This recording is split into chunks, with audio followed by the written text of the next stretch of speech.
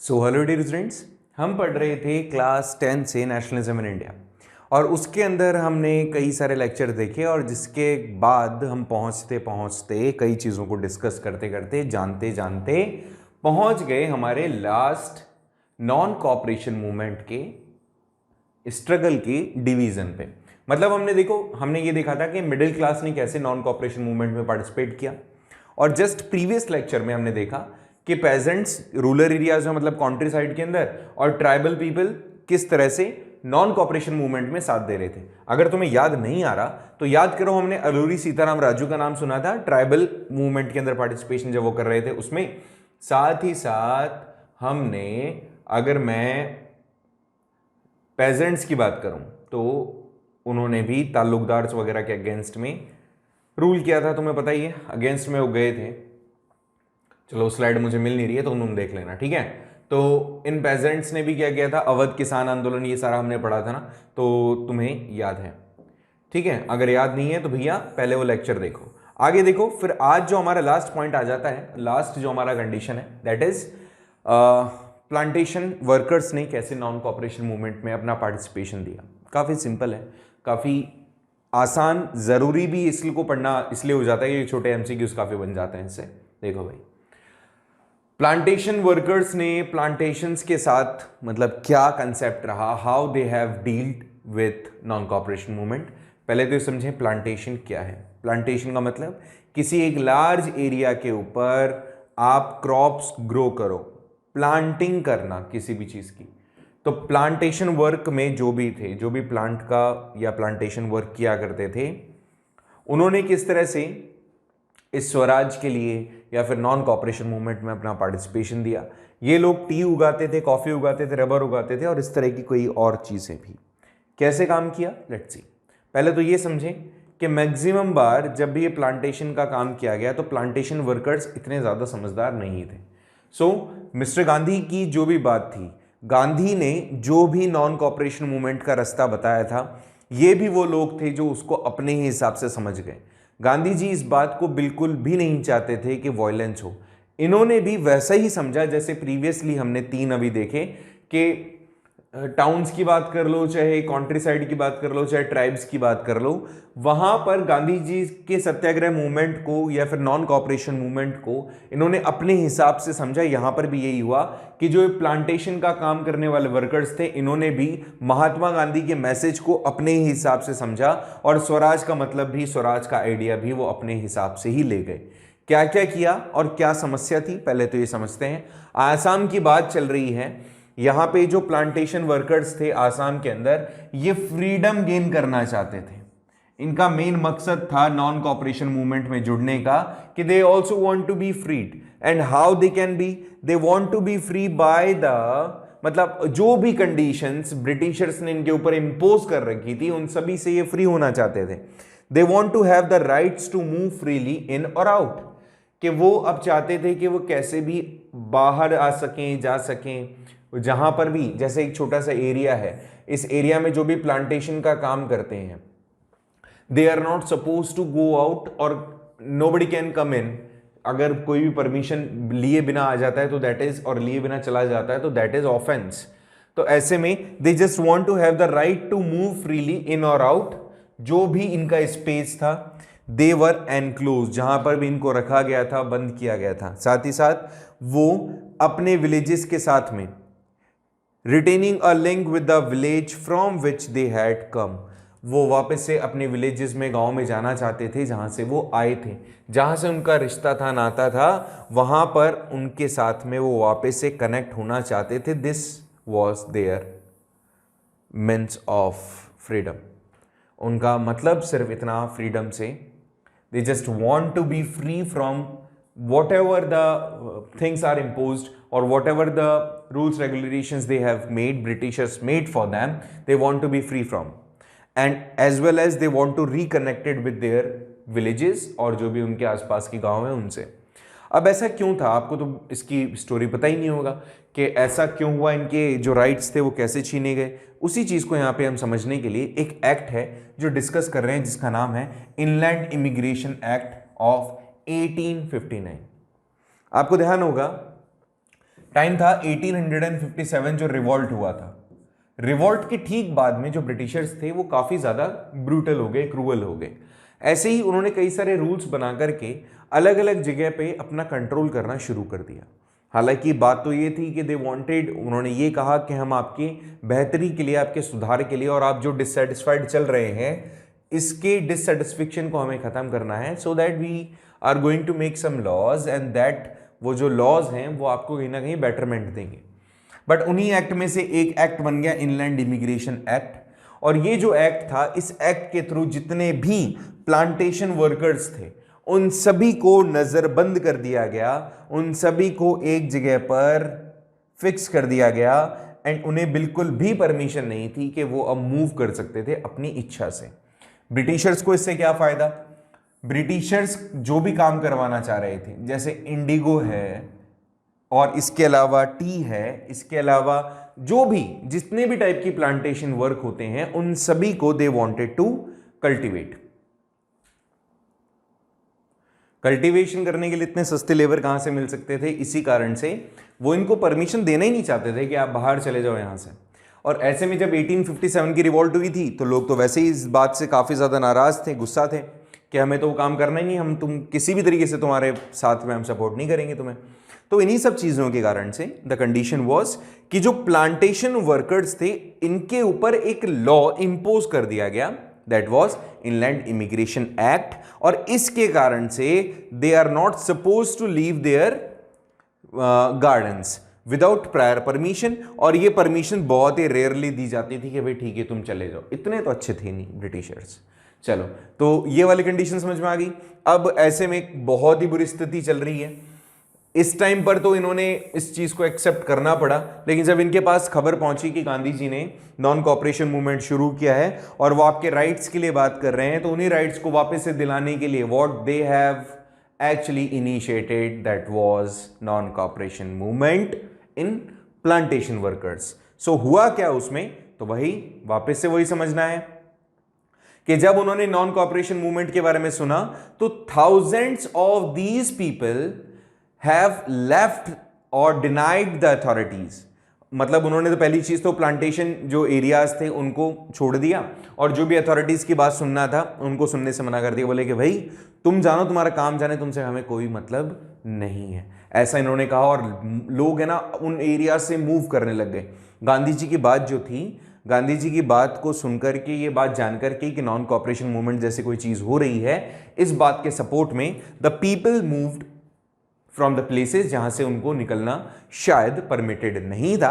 और ऐसे कंडीशन में इन प्लांटेशन वर्कर्स ने अपने एरियाज को छोड़ दिया, वहां से मूव कर गए, डिनाई कर दिया that we will not hear you, and आगे चल करके अपने घरों तक वो पहुंचना उन्होंने शुरू किया। वो ये बात जानते थे, they believe that Gandhi was coming and everyone would be given land in their villages. वो ऐसा मानते थे, उनका विश्वास था कि जो गांधी जी हैं वो सारी चीजें सही कर देंगे।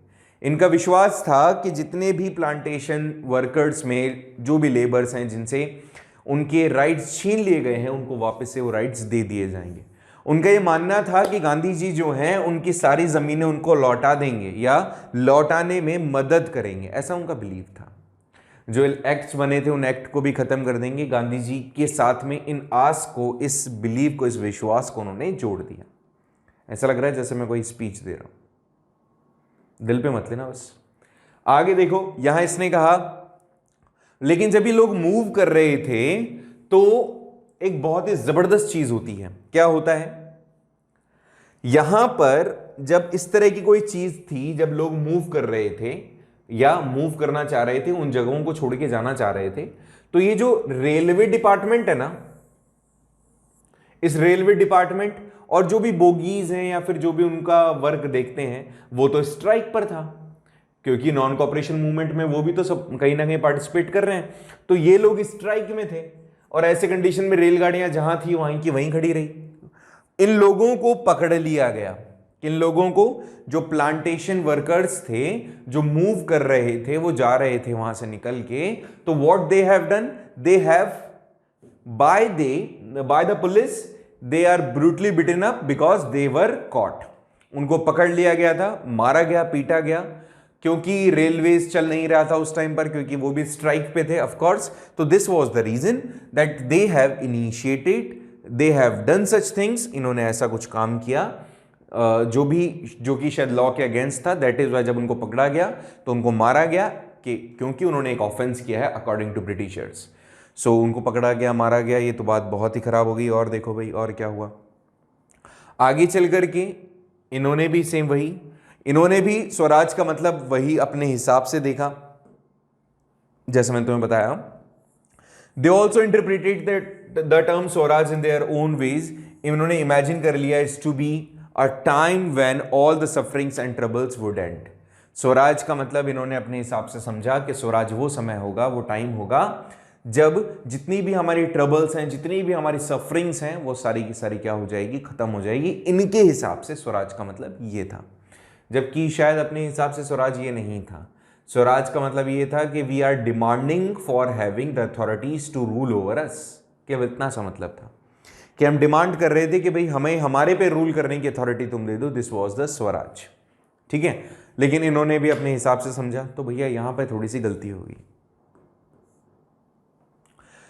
When the tribal chants Gandhi's name and rise slogan of Swatantra Bharat, they were emotionally relating to an all India agitation। देखो बहुत ही अच्छी बात हुई कि जब गांधी जी की थॉट्स, गांधी जी की आइडियोलॉजी लोगों तक पहुंची, तो गांधी जी कहीं ना कहीं उनके मनों में बस गए। और ऐसी कंडीशन में जब भी गांधी जी का नाम लिया जाता था और कभी भी स्लोगन बोला जाता था कि भारत स्वतंत्र होगा, स्वतंत्र भारत, या भारत माता की जय, सम काइंड ऑफ स्लोगन्स जब बोले जाते थे, तो सारे लोग आपस में एक कलेक्टिव आइडेंटिटीज महसूस करने लग जाते थे। और इस कलेक्टिव आइडेंटिटी का ही मतलब यहां पर लोग, मतलब इसका main intention, non cooperation movement का मेन इंटेंशन ही ये था कि we can be the collective power, कि हमें कलेक्टिव पावर बने and can show the power to, मतलब टू द ब्रिटिशर्स, कि हम उनको अपना पावर दिखा सकें और उनको कह सकें कि अब टाइम हो गया। वही है ना, तुम समझ रहे हो जो वही वाला। आगे देखो, When they took action in Mahatma Gandhi's name. अब देखो दिक्कत क्या होती है, महात्मा गांधी बेचारे इतने भोले से इंसान थे। ओ महात्मा गांधी जी ने क्या किया, महात्मा गांधी जी के नाम पे अलग अलग, जैसे मैं आपको पहले ही बता चुका हूं कि बहुत सारे लीडर्स महात्मा गांधी जी का नाम ले रहे थे और लोगों को भड़का रहे थे और एक तरीके से अपना उल्लू सीधा कर रहे थे, मतलब अपने बेनिफिट्स को देख रहे थे। सो दैट यहां पे जब गांधी जी का नाम लिया गया, गांधी जी को लिंक किया गया वायलेंस के साथ में, तो ऐसे में जो कांग्रेस थी उसने ऐसा पाया कि कहीं ना कहीं ये तो बियॉन्ड इमेजिनेशन चीजें जा रही है। हमने ऐसा सोचा भी नहीं था इतना वायलेंस होगा, या फिर हमने ऐसा सोचा भी नहीं था कि इस पैमाने पर जाकर के हमें इनका, लोगों का सपोर्ट मिलेगा। सो देखो क्या हुआ कि when they took actions in the Mahatma Gandhi's name or link their movement to that of Congress, they identified with a movement which went beyond the limits of their locality। जितना सोच सकते थे उससे कहीं ज्यादा हुआ।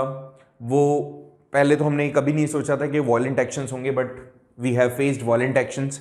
इवन गांधी जी के नाम को यूज किया गया। कांग्रेस इस बात से बहुत नाखुश थी, मैंने पहले वाले लेक्चर्स में भी आपको बताया।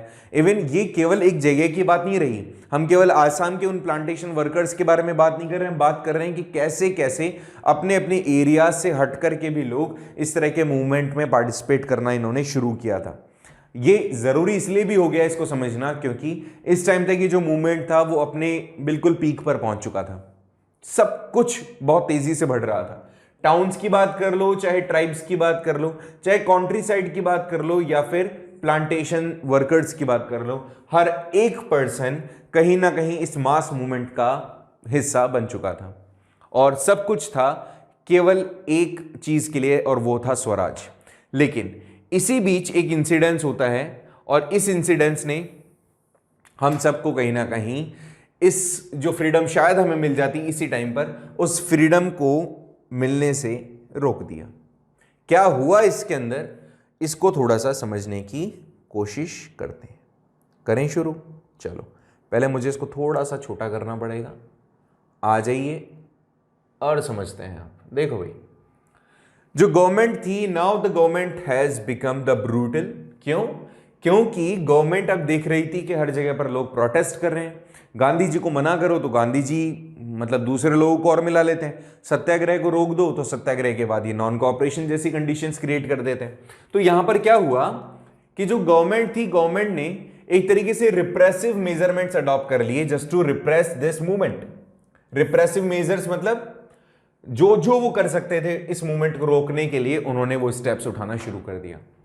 जो कांग्रेस थे और जो खिलाफत ऑर्गेनाइजेशंस थी, इनको बैन कर दिया। इस लाइन को थोड़ा सा आप हाईलाइट कर लेना। हाईलाइट क्यों करने को कह रहा हूं? क्योंकि यहां समझना कि कांग्रेस अब कुछ भी नहीं है गवर्नमेंट ऑफ इंडिया के अंदर। गवर्नमेंट ऑफ इंडिया के अंदर किसी भी पर्सन के पास में कोई भी अथॉरिटी नहीं है। Now they are not suppose to और they are not permitted to take participation in elections, और ना ही वो कोई भी ऑर्गेनाइजेशन अब रन कर सकते हैं, ना कोई अपना मीटिंग कर सकते हैं, कुछ भी नहीं। इनको बैन कर दिया गया है। 20,000 जो एजिटेटर्स थे, प्रोमिनेंट लीडर्स लाइक CR दास, अली ब्रदर्स, गांधी जी, इन सभी को अरेस्ट कर लिया गया इस दौरान। कब कर लिया गया? We are talking about the year 1922। अब देखो भाई कि इनको जब अरेस्ट किया गया तो उसके पीछे बहुत सारे रीजन थे। सबसे पहला रीजन तो था ये वाला, चौरी चौरा। अब क्या हुआ था इसके अंदर, उसको थोड़ा समझते हैं। गांधी जी ने 1922 में जब ये मूवमेंट अपने पूरे पेस पे था, पूरी स्पीड पे था, तो गांधी जी ने इस मूवमेंट को विड्रॉ कर लिया। क्यों करा? क्या गांधी जी को अरेस्ट कर लिया गया था इसलिए इन्होंने अपने आप को विड्रॉ कर लिया? नहीं। इसके पीछे दो रीजन है। सबसे पहला जो रीजन है, सबसे बड़ा जो रीजन है, वो ये है कि चौरी चौरा, गांधी जी एक अहिंसा के पुजारी थे, नॉन वायलेंस का बहुत डीपली वो महसूस करते थे और डीपली उसको फॉलो करते थे। बट जब 1922 के अंदर, चौरी चौरा एक जगह है यूपी में, गोरखपुर के अंदर, वहां पर क्या हुआ 1922 में, जब पुलिस उन पे अत्याचार कर रही थी लोगों पर, तो लोगों ने क्या किया, अपना रिवेंज लेने के लिए पुलिस स्टेशन में आग लगा दी, जहां पर एक सिपाही और मतलब एक इंस्पेक्टर और लगभग 21 जो सिपाही थे वो मारे गए। 21 तो सिपाही थे, एक इंस्पेक्टर था, टोटल 22 पुलिसमैन जो थे वो जिंदा जल गए। ये जो काफी ज्यादा एक दहला देने वाला कंडीशन था। अब ऐसे में क्या हुआ, जब इन लोगों के बारे में कि ऐसे लोग मारे गए हैं इंडियंस के थ्रू, पुलिस वालों ने जो जनता थी उनके ऊपर भी अटैक करना शुरू कर दिया।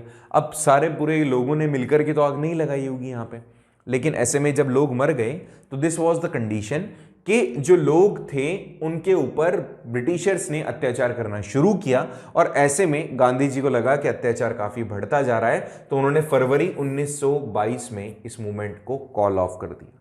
एक तो रीजन ये था। दूसरा रीजन ये था कि हर जगह पर महात्मा गांधी को लग रहा था कि ये जो भी वो मूवमेंट आगे चला रहे हैं, उन मूवमेंट में हर जगह पर वायलेंस का यूज हो रहा है, और इस वायलेंस के चक्कर में पॉलिसी ऑफ रिप्रेशन का मतलब जो भी किसी भी तरीके से इस मूवमेंट को रोकने के लिए जो पॉलिसीज अडॉप्ट की गई है वो और ज्यादा ब्रूटल है, और हर जगह पर आतंक फैल रहा है, रेन ऑफ टेरर हर जगह पर हो रहा है। इसी कारण से इनोसेंट लोग जो बार बार मर रहे हैं उनको बचाने के लिए इस मूवमेंट को कॉल ऑफ कर दिया गया गांधी जी के थ्रू।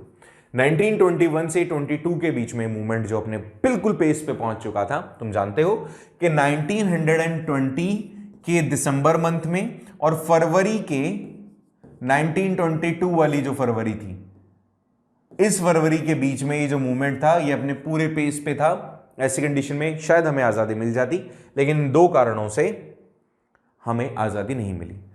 सत्याग्रह मूवमेंट भी कॉल ऑफ हुए थे, रॉलेट सत्याग्रह याद करा तुमने, उसके अंदर भी कॉल ऑफ हुआ, वो सक्सेसफुल नहीं हुआ था। यहां पर भी वही हुआ, नॉन कॉपरेशन मूवमेंट को कॉल ऑफ कर दिया गया। कैसा लगा? कॉल ऑफ अगर हुआ कैसा लगा? क्या गांधी जी को रुकना चाहिए था? क्या गांधी जी को जो हो रहा था, लोग मर तो चुके ही थे, क्या गांधी जी को अब इसको कंटिन्यू नहीं करना चाहिए था? अगर आपका जवाब है नहीं सर कंटिन्यू कर देना चाहिए था, तो आप इसको मुझे रीजन बताना कि क्या लगता है तुम्हें कि कंटिन्यू होना चाहिए था। और if you are happy, if you are satisfy कि हाँ ठीक है जो हुआ वो ठीक हुआ, इस बात से अगर आप एग्री करते हैं तो भी मुझे जवाब दें कि आप क्यों इस बात से एग्री करते हैं।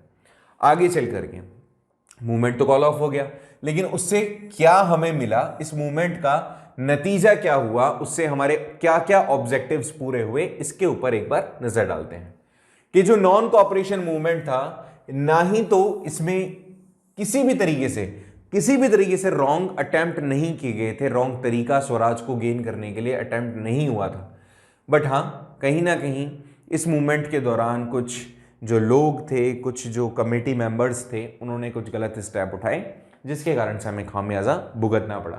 लेकिन इसके कुछ गुड रिजल्ट्स भी थे और कुछ बैड रिजल्ट भी थे। बैड रिजल्ट तो ये लोग मर गए, बट गुड रिजल्ट क्या थे इसको थोड़ा सा हम देखने की कोशिश करते हैं। मैं इसके बाद आपको बता रहा हूं, देखो यहां पर ये जो पॉलिसी अडॉप्ट करी थी रिप्रेशन की, उसको ठीक है टैकल डाउन करने के लिए फरवरी में 1922 में कॉल ऑफ हो गया मूवमेंट। इसके बाद की स्टोरी रोकूंगा मैं, बट उसके पहले बता रहा हूं कि इस नॉन कॉपरेशन मूवमेंट का कॉन्सिक्वेंसेस क्या थे। इसने हमें हिंदू और मुस्लिम्स को एक कर दिया।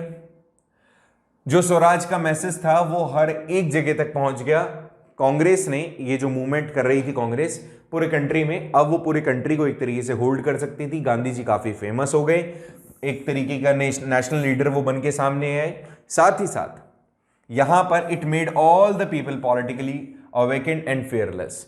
सारे लोगों को इन्होंने एक तरीके से जागरूक कर दिया, और यहां पे जो भी हमने ये बता दिया गवर्नमेंट को कि क्या वो जो चाह रहे हैं, क्या वो जो कर रहे हैं, उनका प्रेस्टीज क्या है। All such things we have disclosed कि तुम्हारी कितनी इज्जत है, हम कितनी बातें तुम्हारी मानेंगे, या हम क्या कर सकते हैं। इन सारी चीज़ों को हमने लोगों के सामने, जनता ने ब्रिटेन की गवर्नमेंट के सामने रख दिया। और उससे हुआ क्या, हमें पता चल गया हमारी ताकत का, हमें पता चल गया कि हम आखिर कर क्या सकते हैं। तो ये तो पॉजिटिव कुछ चीज़ें हुई थी। एक छोटा सा रिकैप ले रहे हैं, बात करते हैं चौरी चौरा का। तो जो चौरी चौरा है गोरखपुर में हुआ।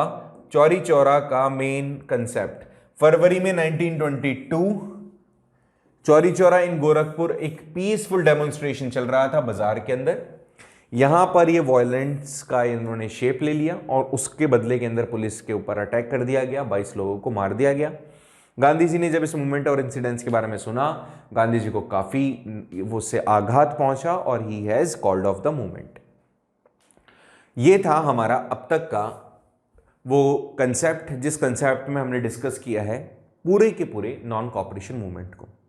नॉन कॉपरेशन मूवमेंट से जुड़ी भी कुछ और चीज़ें आती है अच्छी अच्छी, ठीक है। कुछ डेट्स हैं, आपको एक साथ समराइज करनी है, एक जगह पर लिख लेना सारी डेट्स को। और अब से हम जो बढ़ रहे हैं, हम हमारे नेक्स्ट स्टेप पे बढ़ रहे हैं कि कैसे हमने सिविल डिसोबीडेंस मूवमेंट की शुरुआत करी है। अब क्यों?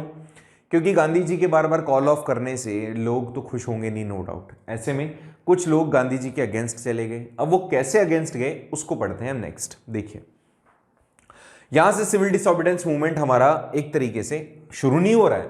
वी आर जस्ट सेइंग कि यहां पर लोग अब जो हैं काफी ज्यादा नाराज हो जाएंगे गांधी जी के इन स्टेप से, और अब वो डिसोबीडेंस वाला जो रास्ता है उसको अडॉप्ट कर लेंगे। बात है 1 जनवरी 1923 की, जब स्वराज पार्टी बनी। क्यों बनी? क्योंकि गांधी जी के कोई लॉजिकल, मतलब लोगों को लगता था कि लॉजिकल नहीं था नॉन कॉपरेशन मूवमेंट का सस्पेंशन। तो ऐसे में कांग्रेस के जो लीडर थे और इवन जो आम जनता थी वो भी काफी ज्यादा डिससेटिस्फाई हुई। लोगों ने क्रिटिसाइज किया गांधी जी को कि तुमने एक बहुत ही सही पेस पे चल रहा था, लोग तो जो मर गए थे वापस नहीं आ सकते थे, आपने इस मूवमेंट को कॉल ऑफ क्यों कर दिया?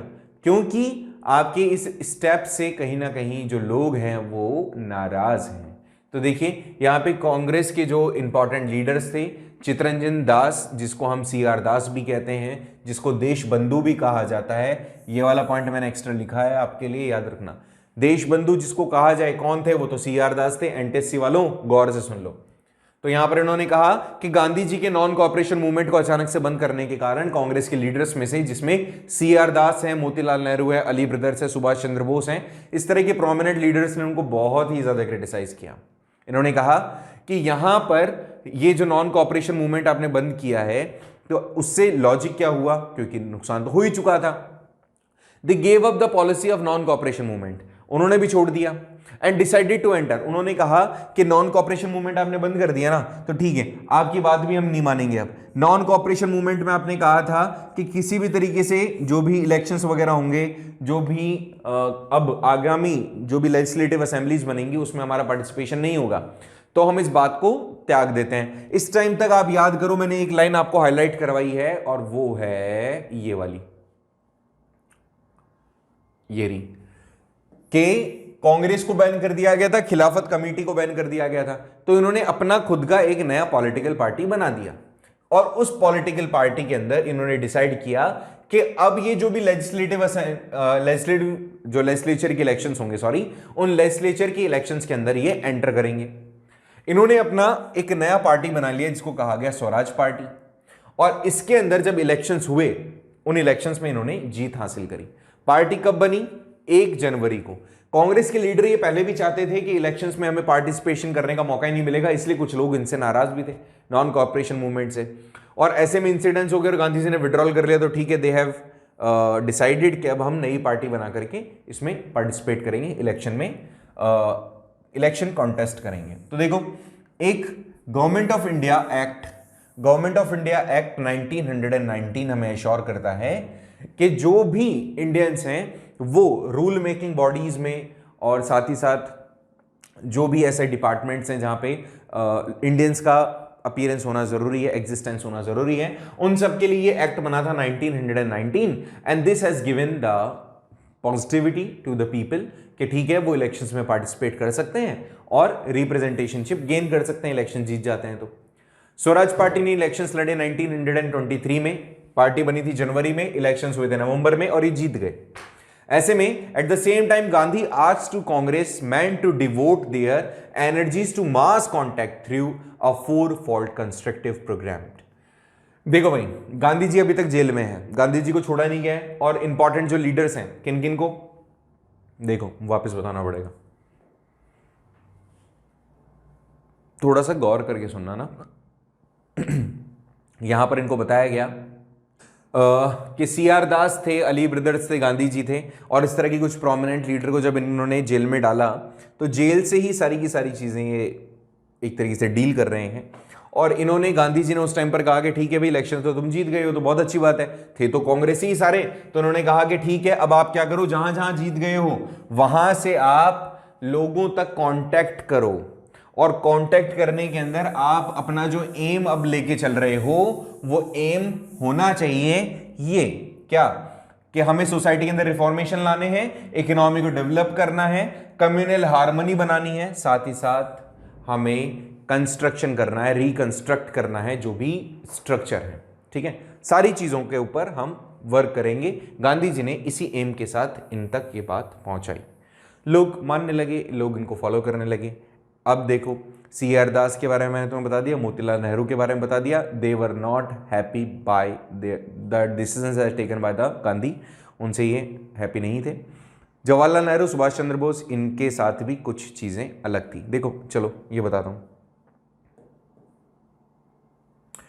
सीआर दास, मोतीलाल नेहरू ने स्वराज पार्टी बनाई कांग्रेस के अंदर रहते हुए, आर्ग्यू किया कि हम लोग काउंसिल पॉलिटिक्स के अंदर पार्टिसिपेट करेंगे, जीतेंगे सीट।